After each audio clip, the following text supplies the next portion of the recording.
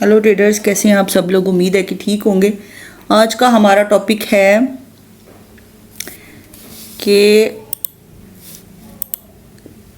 किन एरियाज़ में हमने कैंडलस्टिक पैटर्न्स को देखना होता है, यहाँ इम्पॉर्टेंट कैंडल्स को देखना होता है।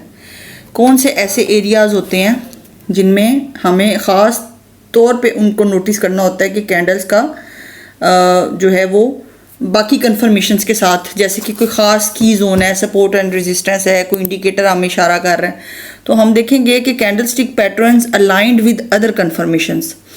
आज ये टॉपिक है हमारा। ये मैंने BTC का 1 मंथ का चार्ट ओपन किया है। मैं बड़े टाइम फ्रेम पे इसलिए चार्ट ओपन करती हूँ, वो ज़रा मैसी काम होता है और उसमें एक दो सिग्नल से ये आपको जो है ना समझाया जा सकता है कि कैसे मार्केट मूव्स लेती है। सबसे पहले हम इधर देखते हैं, ये एक स्ट्रॉन्ग रेजिस्टेंस बनी हुई है, ठीक है। यहाँ पे स्ट्रॉन्ग रेजिस्टेंस है, मंथली चार्ट है, तो ये आप सोचें कि कितनी मल्टीपल इसको छोटे टाइम फ्रेम्स पे रिजेक्शंस मिली होंगी, इसलिए ये एक स्ट्रॉन्ग रेजिस्टेंस कंसीडर की जाएगी, ठीक है। मार्केट एक दफ़ा ऊपर गई है, यहाँ से रेजिस्ट हुआ है, यहाँ से नीचे गई है, फिर इधर से गई है, फिर यहाँ से, तो ये फिर देखें एक दो दफ़ा उसने 1 2 3 4 5 टाइम्स कैंडल्स ने, जो मंथली कैंडल है, उसने यहाँ पे रेजिस्ट किया। यहाँ पे हमने देखा है कि यहाँ पे एक ये कैंडल मैंने एरो बनाया हुआ, ये कैंडल, ये डोजी कैंडल है, ये रिवर्सल का साइन होती है। मैंने आपको लास्ट वीडियो में बताया कॉन्टिन्यूएशन और रिवर्सल पैटर्न्स, ठीक है। अब ये जो डोजी है ये बनी है और मार्केट नीचे गिर गई है। इसका मतलब था कि यहाँ पे सेलर्स का प्रेशर ज़्यादा है, बायर्स कम है, मार्केट नीचे, सेल ज़्यादा हुआ है तो मार्केट ड्रॉप हो गई है, प्राइस ड्रॉप हो गई है BTC की। उसी तरह यहाँ पे एक और नीचे से भी बन रही है एग्जांपल। यहाँ पे अगर हम देखें एग्जैक्ट यहाँ सामने आपके, तो यहाँ पे एक स्पिनिंग टॉप बना हुआ है और ये इसकी नीचे से वीक है, तो मार्केट दैट मीन्स के ऊपर को जाएगी। स्पिनिंग टॉप है, हैमर बना है, उसके बाद ये हैमर बना है, ये दोनों स्पिनिंग टॉप और हैमर। तो ये आपने पैटर्न्स में भी देखा होगा पैटर्न, इसको दोबारा आप जाके एक दफ़ा वेरीफाई कर लें तो देखें ये इस तरह। यहाँ पे मैं एक एरो का भी निशान बना देती हूँ ताकि आपकी आसानी के लिए इसका आप स्क्रीनशॉट लेके रख लें, ठीक हो गया। एक ये, अब यहाँ पे ये हमने यहीं पे क्यों ये कैंडल देखी है, क्योंकि यहाँ पे एक स्ट्रॉन्ग रेजिस्टेंस है, ठीक है। यहाँ पे एक स्ट्रॉन्ग किस्म की रेजिस्टेंस बन रही है और ये नीचे हम दूसरी एक स्ट्रॉन्ग रेजिस्टेंस, पहली कन्फर्मेशन डोजी, दूसरी कन्फर्मेशन नीचे मैंने RSI का इंडिकेटर लगाया हुआ है, इसको ज़रा सुकेड़ देते हैं। ये देखें, ये ओवरबॉट जोन जो है ना शो कर रहा है। तो यहाँ पे आके देखें तीन कन्फर्मेशन है हमारे पास, RSI, डोजी और ये जो रेजिस्टेंस है। तो जब आप ट्रेडिंग कर रहे होते हैं तो आपने एरिया ऑफ कॉन्फ्लुएंस यानी मल्टीपल कन्फर्मेशंस के साथ आपने ट्रेड लेनी या एग्जिट करनी होती है। तो तीन कन्फर्मेशंस ट्रेडिंग में मोर देन इनफ होती हैं। जितनी ज़्यादा होती जाएंगी बेनिफिशियल है, लेकिन मिनिमम आपने 3 कंसीडर करनी है।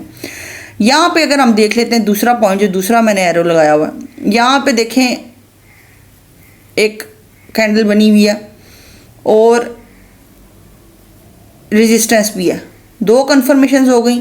अगर यहाँ पे हम एक और इंडिकेटर में ऐड कर लेती हूँ, चलें, बॉलिंजर बैंड, आपकी आसानी के लिए चार्ट मैसी हो जाएगा, लेकिन सिर्फ इसको समझिएगा इस पॉइंट को कि यहाँ पे एक बॉलिंजर बैंड की दूसरी कन्फर्मेशन, बैंड क्लोज हो रहा है, देखें ऊपर रेड लाइन है, बैंड क्लोज हो जाए या थोड़ी सी मार्केट ऊपर जाके बैंड के अंदर बॉडी मूव कर क्लोज करे अगली कैंडल, तो मतलब यहाँ से अब रिवर्सल है।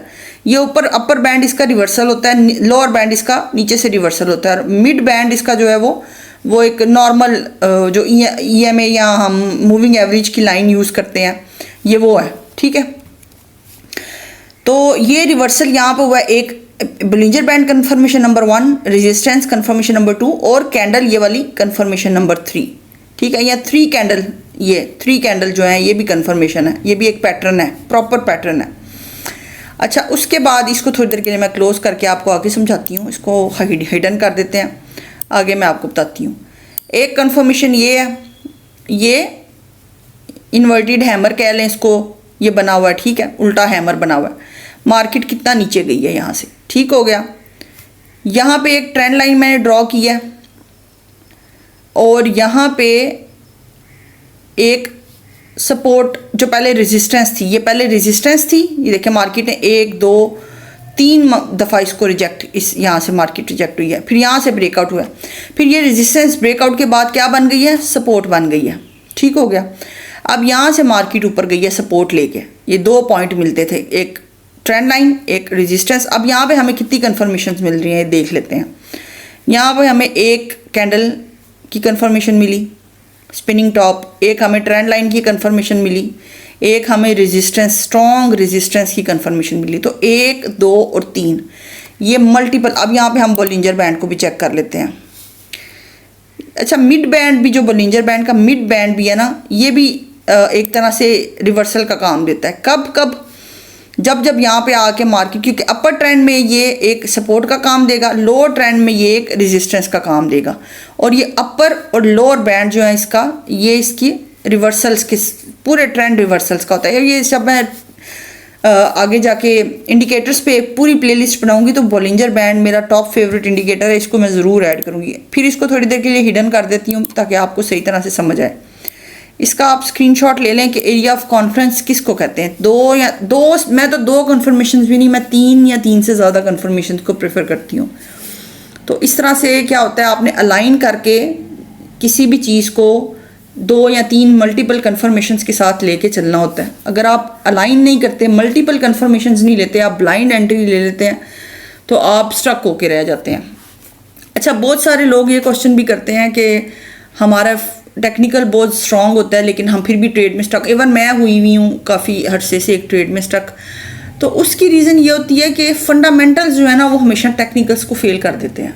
फंडामेंटली अब जो ट्रंप ने जो कुछ भी, वो चाइना टैरिफ वॉर थी, फिर ट्रंप ने जो हरकतें की हैं क्रिप्टो को गिराने के लिए, जब अमेरिका का वो जो लोन का जो भी सीन था वो सारा, अब वो उसने जो भी मैनिपुलेशन हुई हैं मार्केट के अंदर डिफरेंट, फिर वो जंग छिड़ गई, फिर बहुत कुछ हुआ। ठीक है, अब वो सारा जो मैनिपुलेशन थी वो क्रिप्टो पे इफेक्ट होती है, तो उसमें फिर आपके टेक्निकल्स फेल हो जाते हैं। फिर आप चाहे कितने भी प्रो और मास्टर टेक्निकल एनालिसिस में नहीं है, अगर फंडामेंटल्स पे आपकी नज़र नहीं है, अचानक कोई जंग छिड़ गई है, तो आपकी चढ़ती हुई ट्रेड जो है $10,000 प्लस से -$10,000 पे आ जाएगी। तो ये चीज़ें भी आपने कीप इन माइंड।